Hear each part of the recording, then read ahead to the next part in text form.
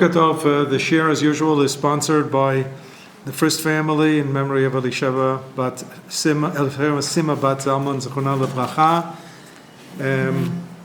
We're going to do a poem today that's in every siddur. It's almost page 2 of every siddur, right after Adon Olam. And I'll just mention at the outset that our Rabbi Rav Soloveitchik Zal once asked the question, why do many shuls on Shabbat conclude with Adon Olam and Friday night with Yigdal? So what's the significance of, it appears at the beginning of the Siddur. So some people who, before they get rolling with Tfilat Shacharit or even Psukei Zimra, so you have all these preliminaries, and it includes Adon Olam and Yigdal. So why on Shabbat are we singing Adon Olam and Yigdal? What does this have to do with the end of davening? The Rav says precisely because it's at the beginning of the Siddur. He said there is a Gemara that says Halavai she'yitpalel adam kol hayom kulo. That we're anchored in our clock. The Shacharit, Mincha, and Aravit. But in theory, that perhaps we should be engaged in Tefillah 24/7, round the clock, every moment. But that's obviously impossible. So what we symbolically do at the end of davening on Shabbat, which in itself is a long davening, we flip the siddur back to page 2 and say, let's start all over again. It's a symbolic gesture of saying, we really never finish, we never complete davening. So as if to say we're going back to the beginning. And the Rav explained the concept of saying Baruch Hu at the end of davening the same manner, whether it's in the morning here in Eretz, so we have that minute. At the end of Shacharit, the end of Ma'ariv, the Chazan or the person who's saying Kaddish will say Baruch Hu, and Baruch Hu is at the beginning of the davening, and that's the very same idea, that it's as if we don't want to leave. I know that there are some people, it's in the German Jewish community, the Ekes, before they walk out of shul, they're all standing because of Aleinu Shabbat and everything. They sit down, and then they walk out. That symbolic gesture of sitting down is as if to say, we really don't want to leave. I mean, we have to leave because it's the end of davening, we have things to do, and so on. As opposed to the flip side is to give Aleinu L'Shabeach a nickname, Tfilat HaDerech. Because it's usually said with one foot out the door, and so on. So you have different attitudes and so on. Now, Yigdal, we know when it was written and who wrote it. His name was Rabbi Daniel ben Yehuda Hadayan, Italian, from the end of the 15th century. And basically, it has 13 lines, and each line corresponds to one of the 13 principles dictated or written by the Rambam. Now, when did the Rambam write his 13 principles? Well, it's an integral part of his Mishnah commentary, Perush HaMishnah. And that we know he wrote between age 23 and 30. So it's part and parcel of the Perush HaMishnah, and we're going to see on the pages where this come from. But there's even another poem that was written about 200 years after the Rambam's life. We don't know who wrote it, but we do know the poem, and it's also in the Siddur. It's at the end of Tfilat Shacharit in practically every Siddur. It's the listing of the Ani Ma'amin Be'emunah Shleima She. I believe with firm belief that. And there are 13 paragraphs. Ani Ma'amin Be'emunah Shleima She. So if you just look at the page, so under the song Yigdal, on the first page, it says Ani Ma'amin Be'emunah Shleima, right? She'aborei Yitbarach Shmo Hu Borei U'manig L'chol Olam. And it goes down. Aleph Bet Gimel Dalet Hey Vav Zayin Chet Tet Yud Yud Aleph Yud Bet Yud Gimel.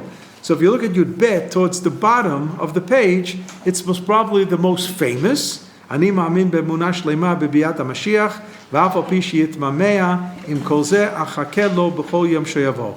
Right? You believe with firm faith in the coming of Mashiach, and even though he may be delayed, af al pi she'yitmamea im kol zeh. I'm on the first page, on the bottom of the first page, where it says Yud Bet. Even though he may be delayed is an understatement. Delayed. My grandfather Shalom used to say, it's a shame that there's a tradition that Mashiach is coming on a donkey. If it would have been in a Mercedes, it would be a little bit faster than in a donkey, right?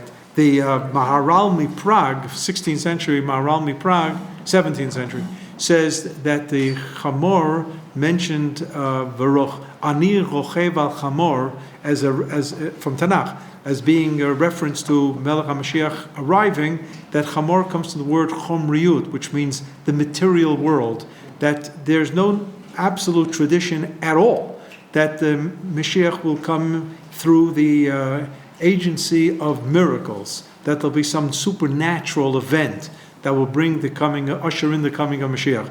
But it's going to be a very natural type of progression of historic events, and that's based on the Rambam, and we'll see that as well. So therefore, the Chamor means Chomriut. Yeah? I was out that the streets are so narrow in Jerusalem, a donkey's the only thing that will get through. There you go. That's if Mashiach's going to come in what we call a simta, in an alleyway, in a simta. But we also have the Begin Highway and a few other things here. That was probably a Chamor. Bicycle path. That bicycle path. There you go. He's going to come on a bicycle path. Cost of gas for a Mercedes today. Right. Okay. We'll have to be patient. We'll have to be patient and see, what's going to happen.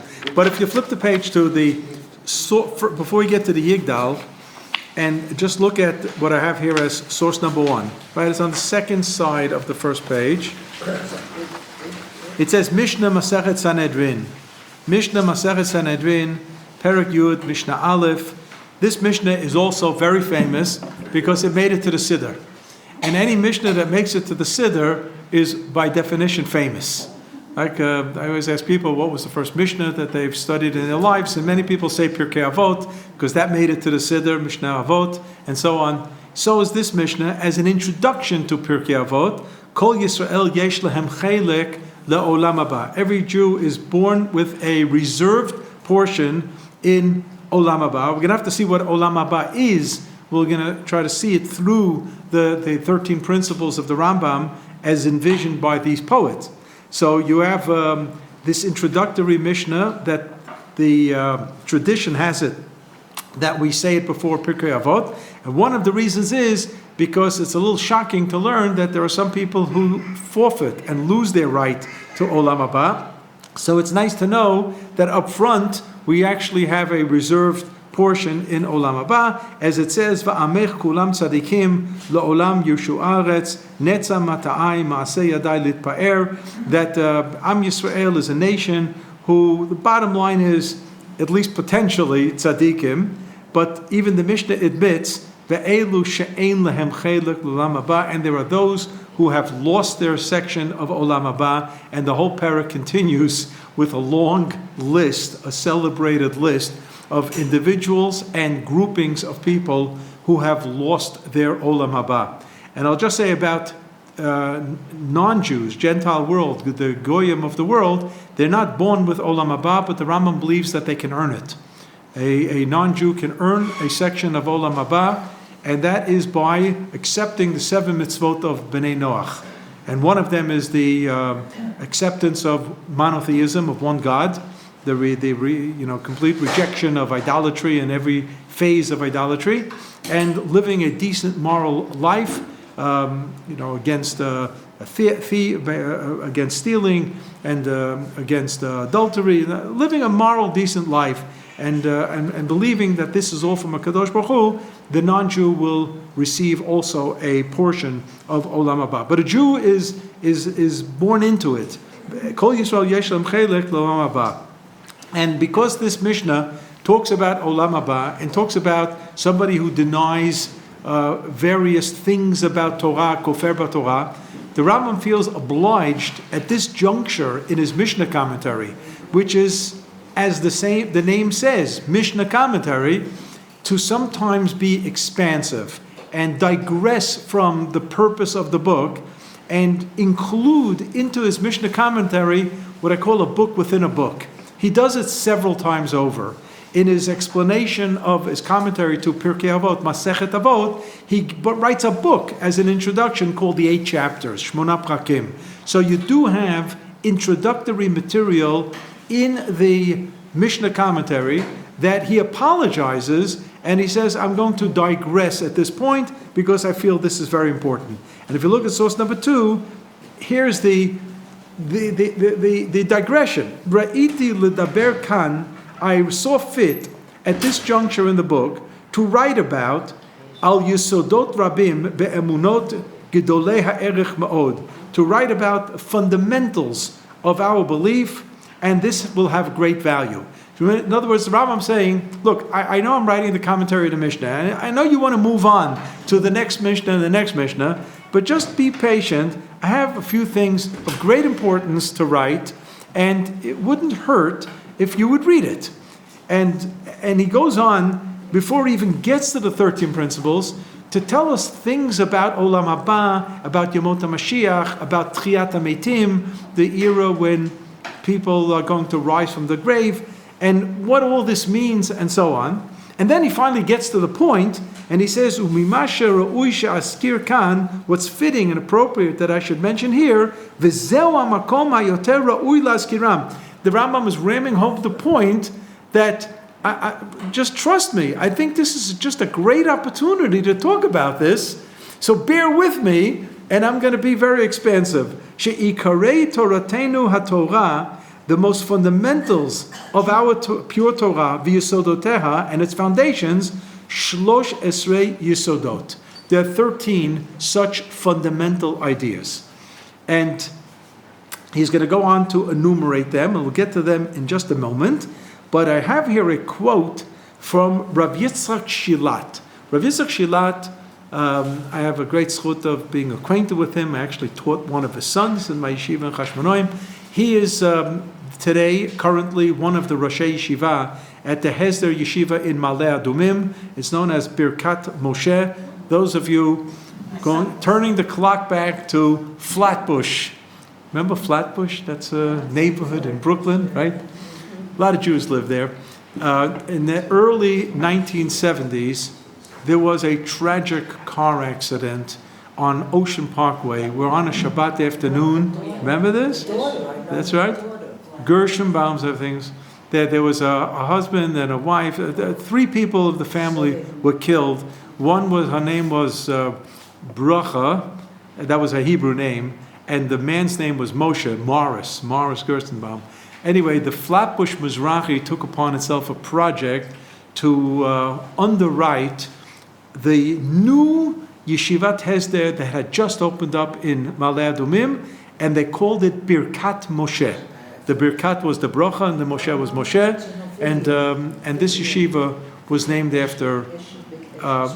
by the Flatbush branch of the Mizrahi of New York, Birkat Moshe. So the founders were Rav Chaim Sabato and Rav Yitzchak Shilat. They founded the yeshiva. They then brought in an illustrious Rosh Yeshiva, Rav Nachum Rabinowitz, who had at the time been the president of the Jews College of London, before having been a Rav and Rosh Yeshiva in Toronto, and before that in Virginia, don't ask. But Rav Nachum Rabinowitz was a towering individual. We call him a great... What? Also physically. He was very tall and his presence was known when you were around him. He was a very humble person, and he was one of the greatest, we call him Rambam Mistim, one of the great Rambam scholars of our generation. He actually publishes an entire version of the Mishneh Torah of the Rambam with his own perush called Yad Pshuta, and the version of the Rambam is based on the latest that we have in manuscripts, and it's a phenomenal work. And when he passed away, the 2 original founders of the yeshiva assumed the mantle of Rosh Yeshiva, and they are Rav Chaim Sabato and Rav Yitzchak Shilat.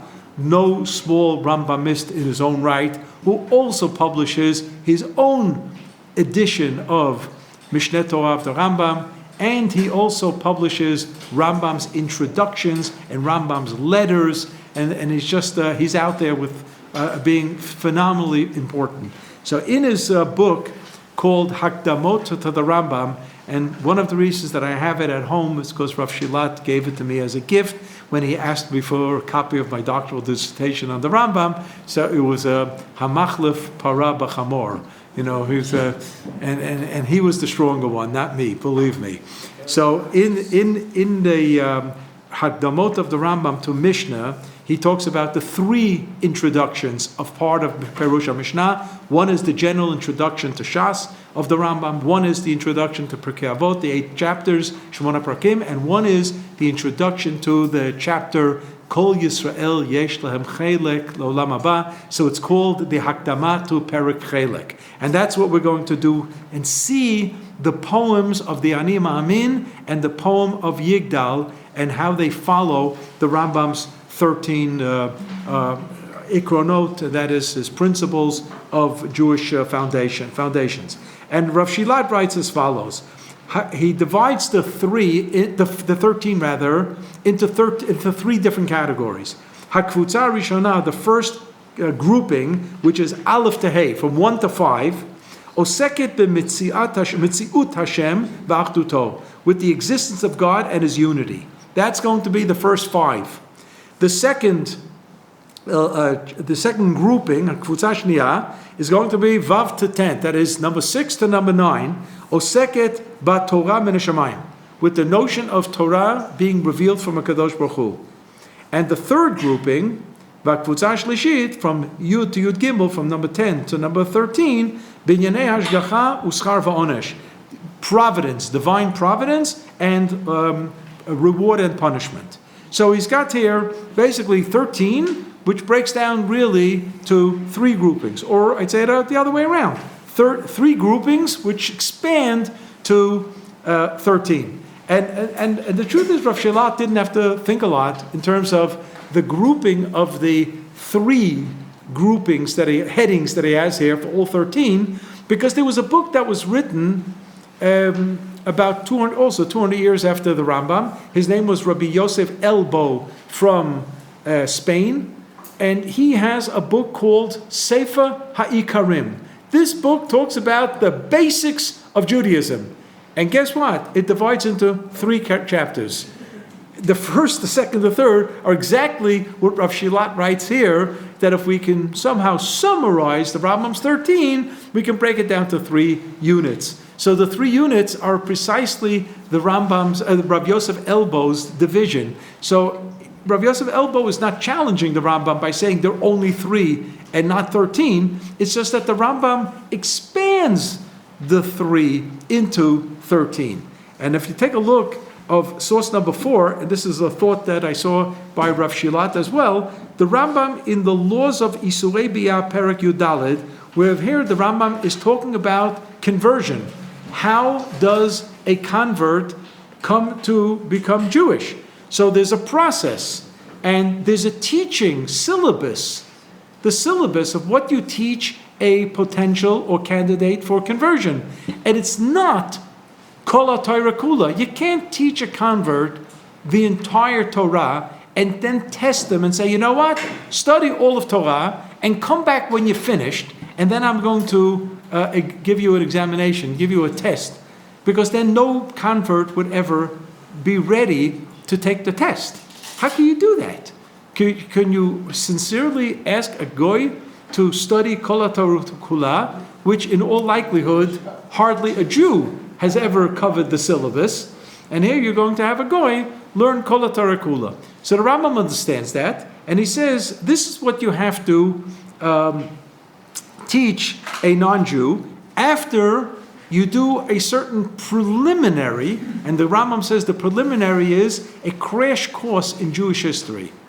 Because if he's joining jumping on the bandwagon of being part and parcel of Am Yisrael, well, he should know where Am Yisrael where we've been in the course of Jewish history, and therefore it's very, very important that you teach him the main junctures of Jewish history. And then he says, Umodi'im lo ikarei hadat. You teach him the most important part of what our religion is all about. Shehu yichud Hashem, that there's one God. The isur avodah zarah, the negation of any form of idolatry. Fine. Umarichim b'davar hazeh. You spend some time on this, because this is really, really important. And then when you see that this potential convert, he's with us on monotheism the negation of avodah zarah, of idolatry, modi'im oto mikzat mitzvot kalot, mitzvot chamurot. You inform him about some of the, let's call it light-weighted mitzvot and heavy-duty mitzvot. Now there are 613 mitzvot. The Rambam doesn't think that we'll ever make any progress with this potential convert if we're going to have to teach him 613 commandments. So what we do is we give him a type of, a little bit of this, a sprinkling of mitzvot. Some of the mitzvot are defined by Chazal as mitzvot kalot, easy-going mitzvot, and some are defined as mitzvot chamurot, more heavy-duty mitzvot. So the Rambam himself, in his Mishnah commentary to Pirkei Avot, where Chazal say, "Hevei zahir b'mitzvah kala kavachamura." You should be as careful of the easy, light-weighted mitzvot as you are in the more heavy-duty mitzvot. So before the Rambam even goes on to explain why that's so, why we should be careful and of the details of even what we call the light-weighted mitzvot, the Rambam says, I have to define what is a lightweight mitzvot and what is a heavy-duty mitzvah. How do we come to terms with that there are some light-weighted and heavy-duty mitzvot? What are they? So he gives some type of indications, what might be lightweight, what might be easy weight. He says one of the indications would be the schedule of punishments of the don'ts, of the lo ta'aseh. So if you see something carries with it a capital punishment offense, this is pretty heavy. And if you see that something has karet, the loss of olam haba, that's pretty heavy. But if it's only malkot, lashing in Beit Din, that's already lightweight. And if it's a type of avayrat that doesn't even have any punishment written in Torah, that's even more lightweight. Okay, so it's some gauge, some table of gauge of how to figure out what might be lightweight and what might be heavyweight. And then the Rambam says, if the Chachamim said that a particular mitzvah is equivalent to the entire Torah, that's heavyweight. That's for sure heavyweight. And you know how many times Chazal say that? Anybody want to guess? How many times the Chazal use the phrase shkula keneged kol Torah or shkula keneged kol mitzvot, equivalent to all of the mitzvot or equivalent to all the Torah, that puts it into a heavy-duty category? How many times? A guess? More than one. 13. Not 13, but not even far. Okay, it's 7 for sure, maybe 8. Maybe 8. It's 7 for sure. And one of them happens to be living in Eretz Yisrael.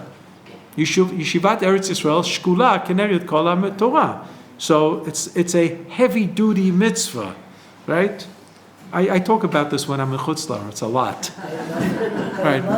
Right. Then I find out why they don't invite me back to the same place. That's what I say. That's why it's so hard for us. It's It's a a heavy-duty mitzvah. heavy-duty mitzvah, right? Look, Chazal say, "Ein Eretz Yisrael niknin ela b'yisurin." It's very tragic that sometimes we pay a bitter price, and for Eretz Yisrael. But it's a heavy-duty mitzvah. The mitzvah of Shabbat is a heavy-duty mitzvah. Brit Milah is a heavy-duty mitzvah. Tzedakah is a heavy-duty mitzvah. Tzitzit, of all things, that seems to be categorically a easy mitzvah, both in terms of its performance and how much do you have to pay for a pair of tzitzis.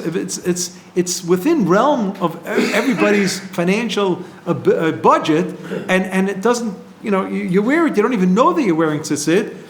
Why should that be from the heavy duty? Because the Gemara says, "Mitzvat tzitzit shkula keneged kol mitzvot sheneemar uzchartem es kol mitzvot Hashem." Reminds me of all the mitzvot. So Rambam has different ideas of what might be heavy duty, what might be light duty. You know what the Rambam calls a lightweight mitzvah? He says studying Hebrew. Don't tell that to the Ulpan students, right? So Shiluach HaKein is not so simple that's easy, because it carries with it a very, very big bracha of Arichut Yamim, V'arachta Yamim, and it's linked to Kibud Avim. And that's not an easy mitzvah either. Yeah. Shiduchem. So Shiduchem is not a mitzvah. Mitzvah is marriage. Marriage is a mitzvah. Shiduchem would be what's called Hechsher mitzvah, preparation for a mitzvah. And I think the reason that the Rambam wrote studying Hebrew, where do you see there's a mitzvah in the Torah to study Hebrew? The answer is that there are some mitzvot that can only be practiced in Hebrew, like Birkat Kohanim. If you're a Kohen, you can't get up and say Duchening Birkat Kohanim in the vernacular. It must necessarily be in Hebrew. And there are other things. There's a Mishnah in Masechet Sotah, Ve'elu ne'amarin b'chol lashon, and Elu ne'amarin b'lashon kodesh. So Torah study, by the way, can be done in all languages. As you can see, we are.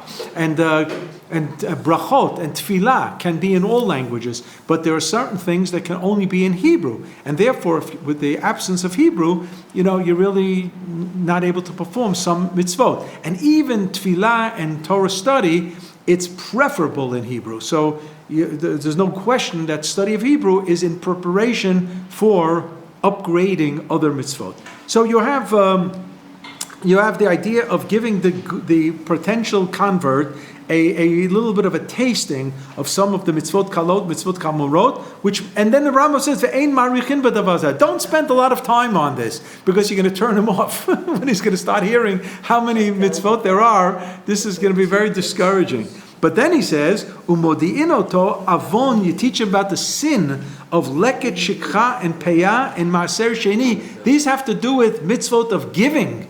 Mitzvot of giving, and then he says you teach them about the punishment, the schar va'onesh, which means, as Rav Shilat points out, what you teach the ger, the potential ger, is exactly this triangular breakdown of what the principles of Judaism are all about. The big three, and that is Yichud Hashem, the existence of God, and the fact that God is one, and so on. You teach them about the essence of Torah, and that can be accomplished through a sprinkling of certain of the mitzvot, and then you teach them about the responsibility, and that has to do with reward and punishment and so on. So Rambam says it's really these three ideas that break out, that pan out to 13 principles, is what we teach a ger. We accompanied a ger to the final exam. Okay. And one of the things they asked, among others, was, does she know the 13 principles? And she knew them. She knew them. Yeah, and we did. I said, good that we were born Jewish. Okay, so I had a zchut of teaching Russian Olim, Jews from former Soviet Union, who were studying at the Emunah College, and we helped them. We brought to full giyur, and I remember I almost fainted when one of the converts was asked a question about Nagelwasser.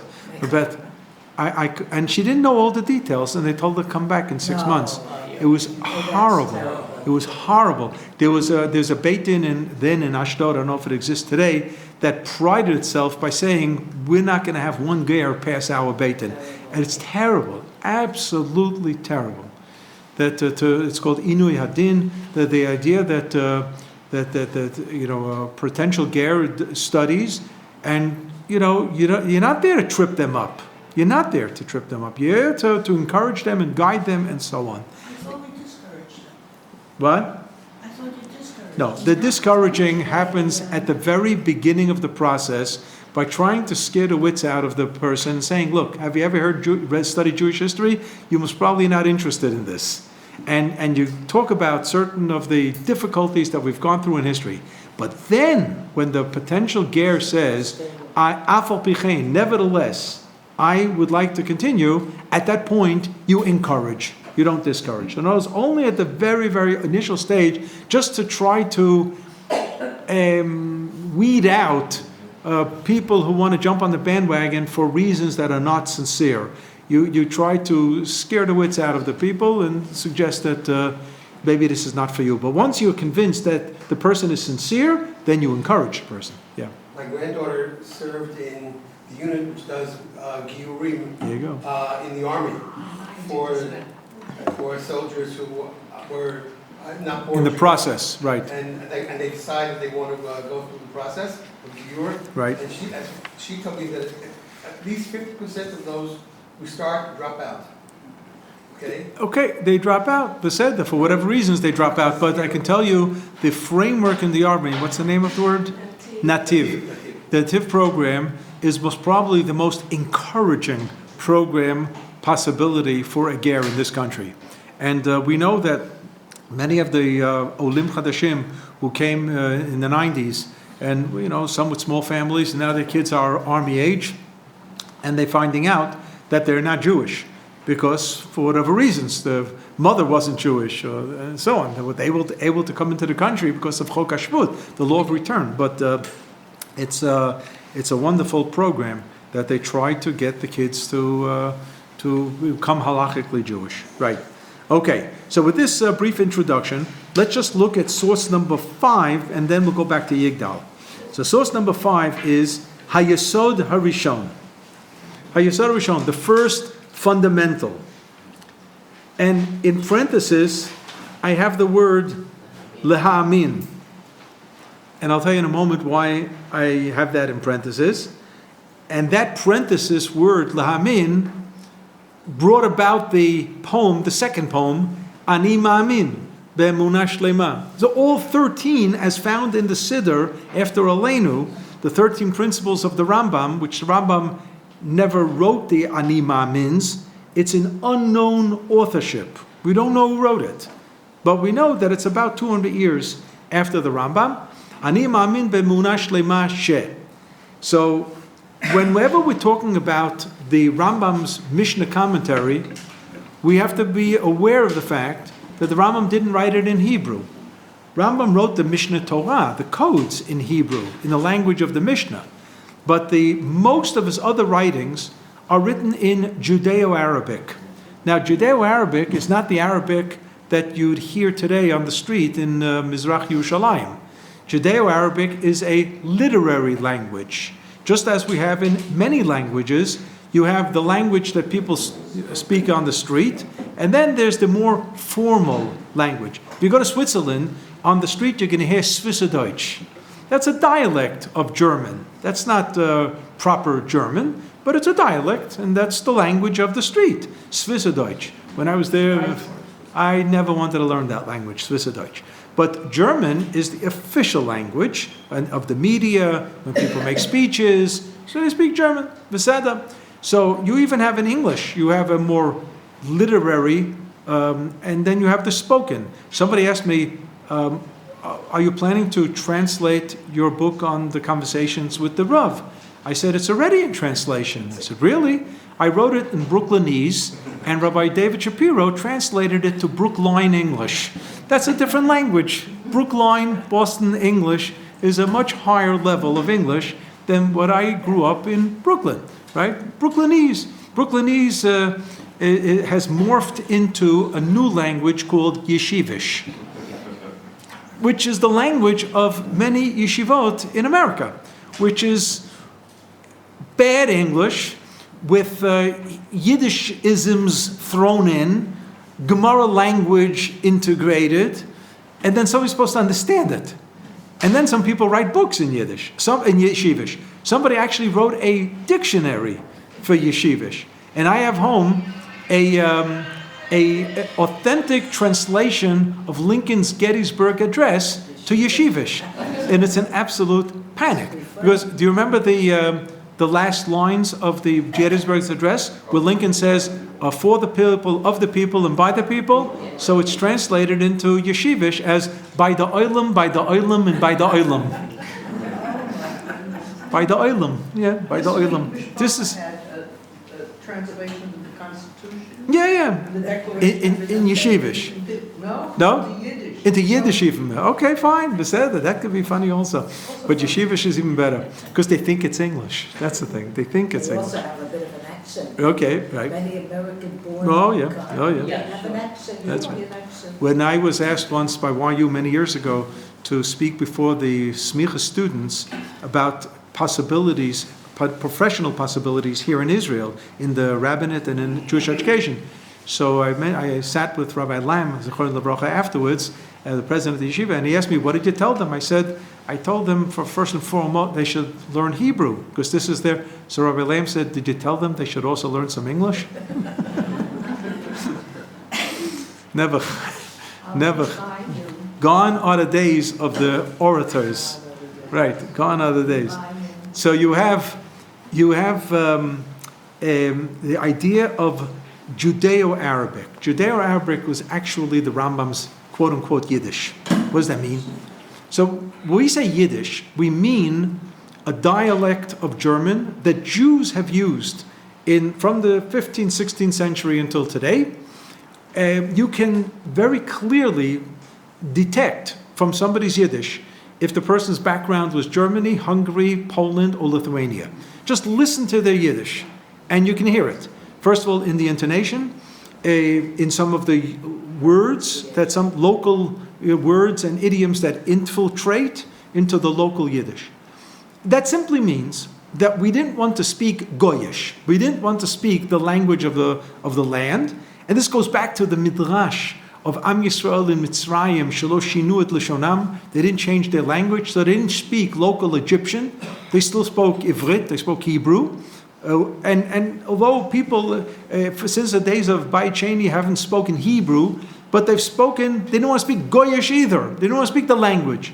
So Aramaic kicked in. Aramaic is simply the local language of the Middle East, Aramaic, but it's with Aleph Bet, it's with Hebrew letters, with Hebrew words mixed in. So it gives it a little bit Jewish flavoring to it.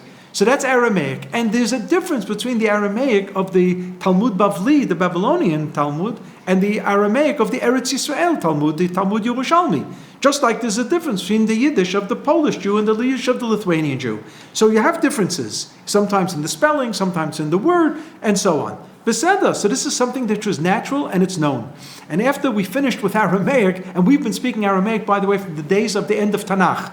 You have the book of Daniel, it's practically all of it is written in Aramaic. You have parts of Ezra and Nehemiah written in Aramaic. And this is Eretz Yisrael Aramaic. And this will take us until the 5th, 6th century. And all of a sudden you see that Jews are now speaking Judeo-Arabic. So Rav Sadia Gaon is writing in Judeo-Arabic. Rav Yehuda Levi is writing in Judeo-Arabic. Rav Sadia Gaon is the end of the 9th to 10th century. Rav Yehuda Levi is the 11th century. The Rambam's the 12th century. And they're writing in Judeo-Arabic. Most of the Rambam's works are in Judeo-Arabic. So what is it? It's Arabic with Aleph Bet, with Hebrew words thrown in to make it a little bit Jewish flavoring. And this was the Yiddish of North Africa and Yemen. It was their Yiddish. So that's called Judeo-Arabic. So we lost contact with Judeo-Arabic, certainly in European circles, but the Yemenite Jewish community never lost contact with Judeo-Arabic. Rav Kapach Zatzal, the famous Dayan, who passed away not long ago here in Eretz Yisrael, bringing the tradition of the Yemenite Jewish community, he himself says, I studied the Mishnah commentary in its original 40 times before I set out to translate it again. And indeed, from 1963 to 1967, we have Rav Kapach's great contribution to Torah learning because he retranslates the Mishnah commentary, and he retranslates the Sefer HaMitzvot, the Book of Mitzvot. He retranslates the Moreh Nevuchim. He retranslates many of the letters. And it's a phenomenal contribution. Now, why is there a need for a retranslation? Because the Ibn Tibon family, in the days of the Rambam, already started translating the Rambam's material from Judeo-Arabic to Hebrew. But there's a history of the text, and things move from one text to the other. There's a lot of corruption in the text, in the copying, and in the translation itself. In Ibn Tibon, he saw these as emunah. And he translated lahamin, lahamin, lahamin. But anybody today who's an expert in Judeo-Arabic, first and foremost Rav Kapach, but others as well, believe that the Rambam never used the word emunah. He used the word de'ah. And there's a big difference between emunah and de'ah. Emunah means faith, blind faith, and de'ah means knowledge, intellect. So are these principles of faith, as we somehow see them in the Siddur, right? Shlosha asa ikarei emunah. Did the Rambam actually write ikarei emunah? Did he believe that these are based on faith? You grew up, your grandmother, inculcated into you, you got it in school, and that's it. And now he came to bar mitzvah, bat mitzvah. I believe in all this, and fine, that's it. We believe, and you don't have to do anything but believe it. The Rambam believed that if you just believe in all these things, you've fallen short, and you are on a very low level of commitment to HaKadosh Baruch Hu. You have to use your noodles, use to activate your brain, and become a shtickle philosopher, and try to figure out why all of these things are true, to the best of your intellectual ability. And that's what the Rambam believes is the mitzvah of Anochi Hashem Elokecha, which seems to be just a declaration in the Aseret HaDibrot. I am God. The Rambam counts it as one of the 613 mitzvot, and he says it's a mitzvah to figure it out, that a Kadosh Baruch Hu actually exists. And therefore, what I have here in source number 5, HaYesod HaRishon, the Rambam actually began by saying, Mitziut HaBorei Yishtabach. The first fundamental is the awareness of the existence of a Kadosh Baruch Hu, the existence of the Creator. Okay, so how does that show up in the Ani Ma'amin? So let's go back to the first page. What do you mean by awareness? Is that Awareness that you are, just like you are aware that you're sitting here in a room, you are aware that there are people around you, and you're aware that now is daytime. Human beings have awareness, cognitive awareness. You have to be aware of a Kadosh Baruch Hu's existence. And how do you do that when a Kadosh Baruch Hu is invisible? You can't touch him. There's no connection to any of our 5 senses, which basically guide us to becoming aware of things. You know that something exists because you see it, you hear it, you smell it, you feel it, and you touch it, and so on. So all this doesn't exist with regard to a Kadosh Baruch Hu. But the Rambam says you can achieve it by thinking. And the question is how to cultivate that thought process to arrive at the conclusion that a Kadosh Baruch Hu actually exists. And the Rambam says that's the mitzvah. And do you do it, you can fulfill it overnight? No, it's a lifetime. It's a lifetime's worth of effort to achieve that. But the Rambam did not write the word laha'amin. But nevertheless, in the Ibn Tibon original translation, that's what it says, laha'amin. So too, for Yesod Hasheni. If you just look at scale down as I'm looking at source number 5, it says Yesod Hasheni Achduto Yitaleh, the oneness, O-1-E, the oneness of Hashem. V'hu shena'amin shezeh ilat hakol echad. The purpose, it's all a Kadosh Baruch Hu, it's one. And in the third Yesod, shlilat hagashmut mimenu. He uses the word na'amin other places. But all right, if you just go back now to the poems on page number 1, Yigdal Elohim Chai v'yishtabach nimtza ve'ein eit el mitziuto. Let's translate this. Yigdal is, we should make God great. Yigdal Elokim Chai. What does that mean? We're declaring. It's not that we have to make God great. God is great. He doesn't need us to make him great. But we are extolling a virtue of a Kadosh Baruch Hu, of his greatness. He is the Nimtza. He is here. He is to be found. Ve'ein eit. There's no time framework that is to be associated with his existence. El mitziuto. Ein eit. Eit means time. Zmanim. There is no time framework. It's not like Kadosh Baruch Hu exists now, as opposed to yesterday, as opposed to a billion years ago. HaKadosh Baruch Hu always existed and predates time and postdates time. And that's what we have in Adon Olam. Hu haya, v'hu hoveh, v'hu yiyeh, b'tifaro. As a matter of fact, the Rambam tells us in the Guide to the Perplexed, the Moreh Nevuchim, that the Shem Havaya, Yud, Hey, Vav, and Hey, that we not dare even utter. It was used in the context of Beit HaMikdash. When the Kohanim did Birkat Kohanim, Yivrecha Hashem v'Yishmerecha, Yer Hashem, so Hashem's name wasn't the way the Kohanim do it today, as if it reads Aleph, Dalet, Nun, Yud. But it was read as it says, Yud, Hey, Vav, and a Hey. So the Rambam says, when the Shem HaMefurash, this perfect name of Kadosh Baruch Hu, was pronounced, it sounded like eternity. It sounded like, yeah, you got the picture, you got the feeling, the sensation of eternity, because the Shem Havaya, Yud, Kei, Vav, Kei, is nothing but 3 words sandwiched together, Haya, Hoveh, V'yeh. That's what the Shem Havaya is. It's those 3 words sandwiched together in one, It is a Kadosh Baruch Hu forever, but forever before and forever after. So much so that the belief in the created world, which is going to be one of the ekronot, one of the yisodot, the belief in the created world, where the Rambam is taking a real stab against those philosophers, Greek philosophers, who believed in the eternity of the universe, which means that God and the world existed simultaneously, and there was no real creator at a certain time. The Chazal was so adamant and they were so polemical against the Greek philosophers. Not only did the world have a beginning, but we can even believe that the world could have an end. And that's why there's actually an opinion. This is not something that's what's called halacha l'Moshe miSinai, ironclad belief in a Jewish value. But it's a thought thrown out by one of the Chachamim, found in the last chapter of Masechet Sanhedrin, that says that the world is 6,000 years, and the 7,000th year is going to be the epic of Mashiach, and then God pushes the delete button, and it all comes to an end. Now, why would we even have such a belief? Is this something we really have to believe in? The answer is no.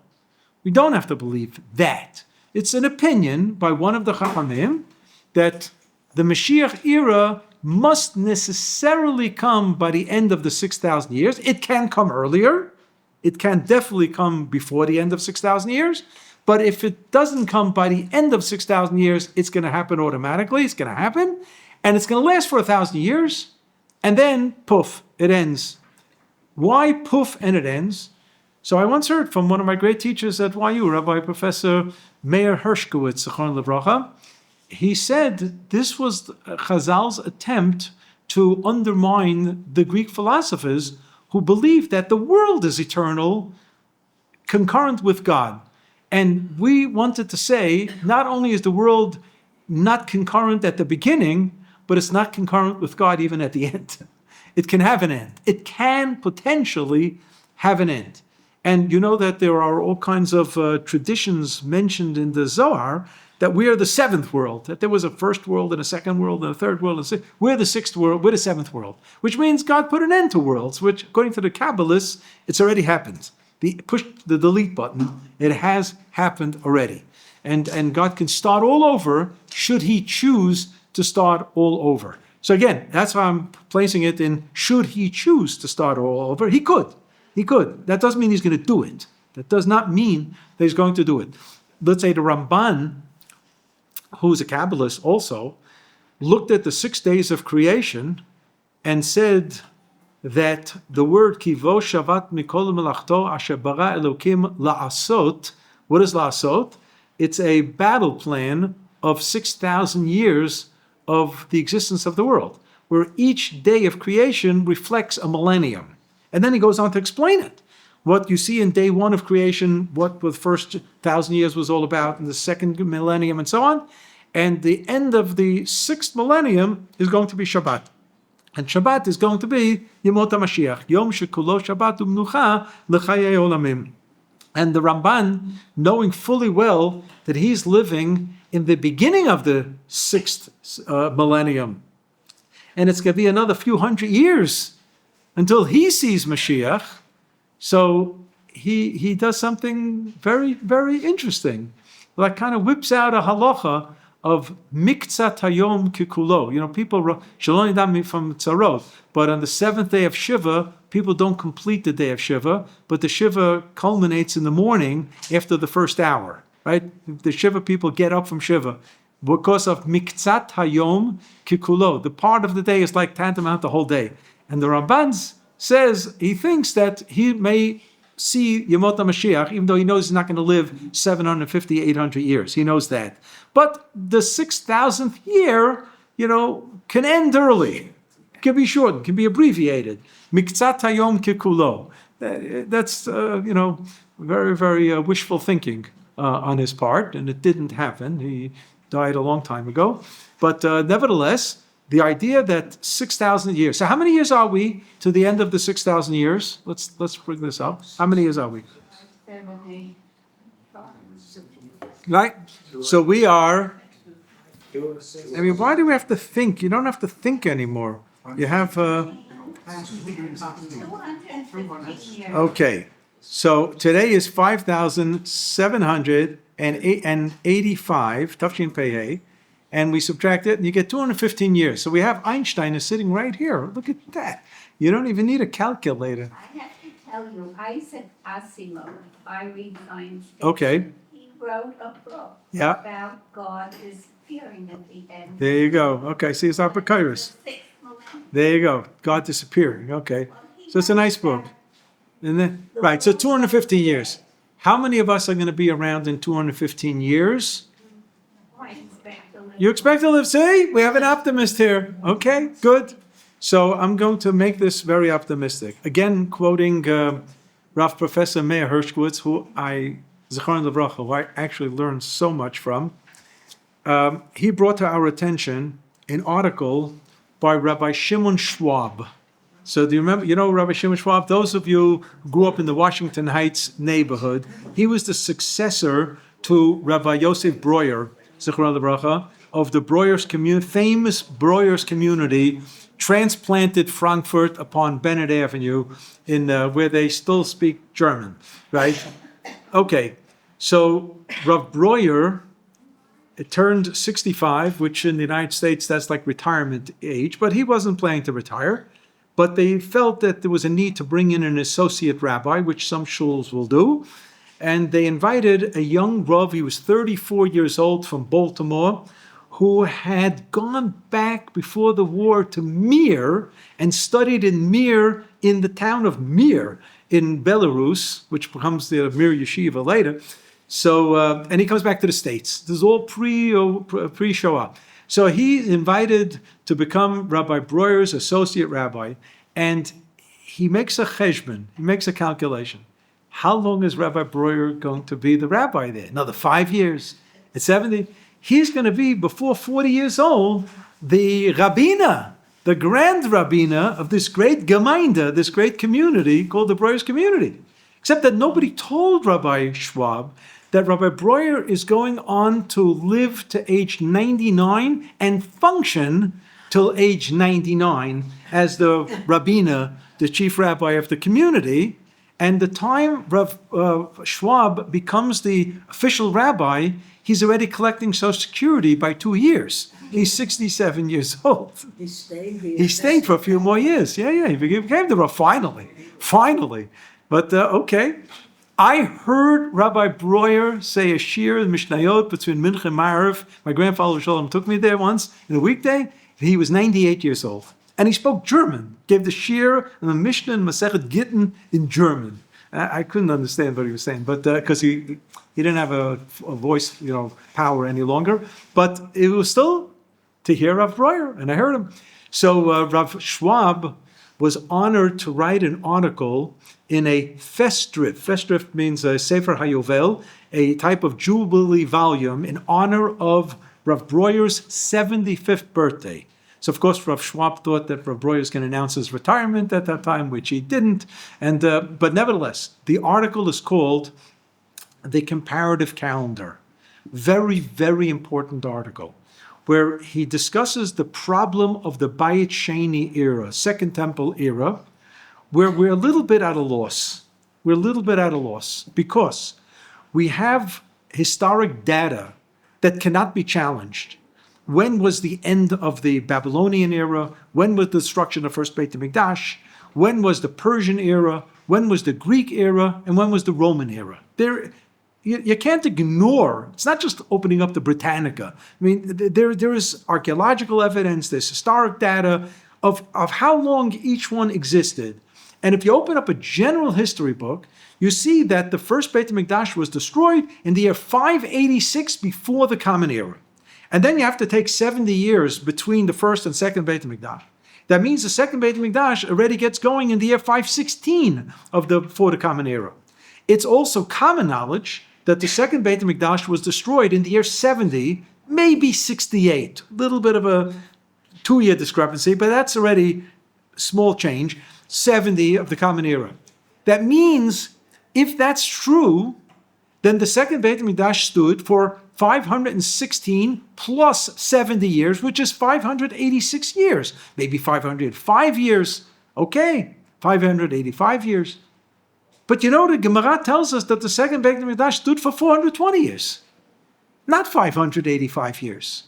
The first Beit HaMikdash was 410. That you can just go through Tanakh and plot it out. You don't need a Vilna Gaon for this one. You can see how long the first Beit HaMikdash existed. But the second Beit HaMikdash, we don't know what happened because there's a tradition and it contradicts the historic data. So Rav Schwab says you have 3 options. You can say Chazal knew what they were talking about. All the historians are liars. They don't know what they're talking about. Fine. You can say that the historians know what they're talking about, and Chazal weren't historians, so they made a mistake. That was the second option. Rav Schwab says, I reject the first, and I reject the second. There's got to be a third path here.